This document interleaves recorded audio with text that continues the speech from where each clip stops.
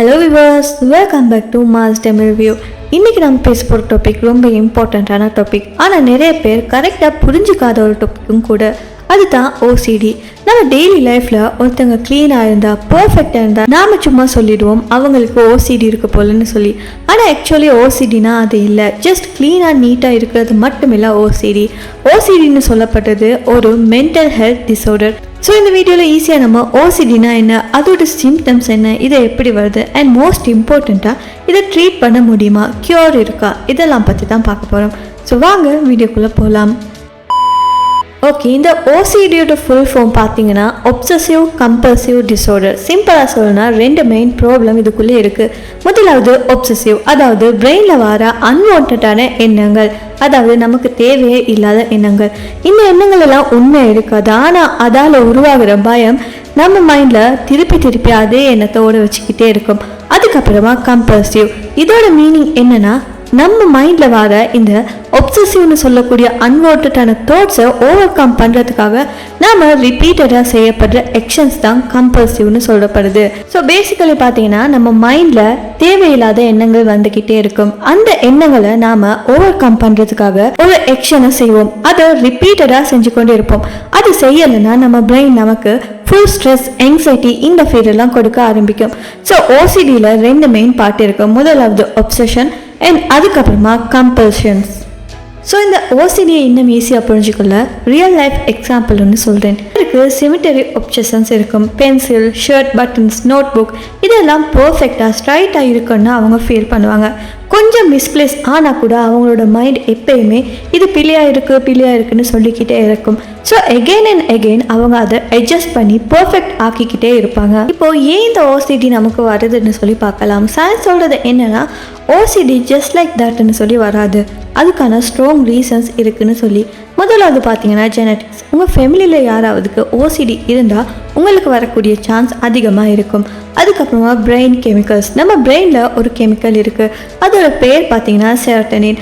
அது இம்பேலன்ஸ் ஆகிடுச்சுன்னா brain properly work பண்ணாமல் ஓசிடி வர சான்சஸ் இருக்குது. அதுக்கப்புறமா பிரெயின் பார்ட்ஸ் எல்லாம் ஓவர் ஆக்டிவாக இருக்கிறது. சயின்ஸ் சொல்லுது ஓசிடி இருக்கிற பர்சனோட பிரெயினில் சர்டன் ஏரியாஸில் ரொம்ப ஆக்டிவாக இருக்கும்னு சொல்லி. அதாவது நம்ம அன்வான்ட் தாட்ஸை அண்ட் ஆக்ஷன்ஸை கண்ட்ரோல் பண்ணுற பிரெயினோட ஏரியா ஓவராக ஆக்டிவாக இருக்கும். அதனாலேயும் இது வர சான்ஸ் இருக்குது. அதுக்கப்புறமா நம்ம சின்ன வயசில் அனுபவிச்ச ட்ரோமா அண்ட் ஸ்ட்ரெஸ் இதனாலேயும் ஓசிடி வர சான்ஸ் இருக்குது. ஸோ இந்த ஓசிடியை நம்ம செல்ஃபாக டயக்னோஸ் பண்ண முடியுமான்னு சொன்னால் அது ரொம்ப கஷ்டமான விஷயம். ஏன்னா சில பேர் இருக்காங்க அவங்களும் க்ளீனாக இருக்க விரும்புவாங்க. ஸோ அவங்களுக்கும் ஓசிடி இருக்குன்னு நம்ம சொல்ல முடியாது. ரியலான ஓசிடினா ஓசிடியால் வர தாட்ஸ் இல்லைன்னா ஆக்ஷன் டெய்லி நம்ம லைஃப்பில் ஒரு ஹவருக்கு மேலேயாக இருக்கும். அண்ட் அது நம்ம லைஃபே டிஸ்டர்ப் பண்ணும்.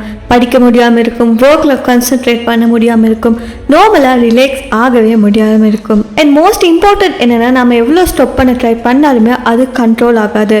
அதனால தான் டாக்டர்ஸை நாட வேண்டிய தேவை ஏற்படுது. ஸோ ஒரு சைக்காட்ரிஸ்ட் இல்லைனா ஒரு தெரபிஸ்ட் உங்ககிட்ட காமாக பேசி சரியான ஓசிடியா இல்லையான்னு சொல்லி அவங்களால மட்டும்தான் கன்ஃபார்ம் பண்ண முடியுமா இருக்கும். நம்மளால் அதை செல்ஃப் கன்ஃபார்ம் பண்ண முடியாது. ஸோ ஓசிடியை க்யூர் பண்ண முடியுமான்னு கேட்டீங்கன்னா எஸ், முடியும். ஓசிடி ட்ரீட் பண்ணுறது பாசிபிள் தான். ரெண்டு மேஜர் வேஸ் இருக்குது. முதலாவது பார்த்தீங்கன்னா தெரப்பி, அதுக்கப்புறமா மெடிக்கேஷன். சில நேரங்களில் தெரப்பி ப்ளஸ் மெடிக்கேஷன் ரெண்டுமே யூஸ் பண்ணுவாங்க. அது பெஸ்ட்டாக ஒர்க் பண்ணுன்னு சொல்லப்படுது. ஸோ ஆல்ரெடி இந்த ஓசிடி இருக்குன்னு கன்ஃபார்ம் பண்ணவங்க அவங்க எப்படி டெய்லி லைஃப்பை மேனேஜ் பண்ண முடியும்னு கேட்டிங்கன்னா ஃபர்ஸ்ட் டிப் பார்த்தீங்கன்னா டிலே அண்ட் டிஸ்ட்ராக்ட். ஒரு கம்பல்ஷன் வரும்போது, அதாவது ஒரு அன்வான்டான தோட்டால் வர ஆக்ஷனை நாம் செய்கிறப்ப இமீடியட்லி அந்த ஆக்ஷனை செய்யாமல் ஜஸ்ட் 10 minutes டிலே பண்ணுங்கள். அண்ட் அந்த கேப்பில் மியூசிக் கேட்குறது, நடக்கிறது இல்லைனா வேறு ஏதாவது உங்கள் மைண்டை காம் பண்ணுற விஷயத்தை செய்ய ட்ரை பண்ணுங்கள். ஸோ டைம் போகும், அந்த ஆக்ஷனை செய்ய வேண்டிய ஆசையும் கொஞ்சம் கொஞ்சமாக குறைஞ்சிக்கிட்டே வரும். அடுத்ததாக பார்த்தீங்கன்னா ஜேர்னல் எழுதுங்க, டெய்லி நோட் எழுதுங்க. என்ன சுச்சுவேஷனில் உங்களுக்கு ஓசிடி ட்ரிகர் ஆச்சு, அதுக்கு எது ஹெல்ப் ஆச்சுன்னு சொல்லி ட்ரெக் பண்ணுங்கள். இது உங்கள் பிரெயினுக்கு கிளாரிட்டியை கொடுக்கும். ப்ரீத்திங் எக்ஸசைஸ், மெடிடேஷன் இதெல்லாம் ட்ரை பண்ணுங்கள். நம்ம பாடி காமாக இருந்தாலே மைண்டும் காம் ஆகும். ஸோ இந்த ஓசிடின்னு சொல்லக்கூடிய சுச்சுவேஷனை அண்டர்ஸ்டாண்ட் பண்ணுங்கள், சப்போர்ட் பண்ணுங்கள் அண்ட் மோட்டிவேட் பண்ணுங்கள்.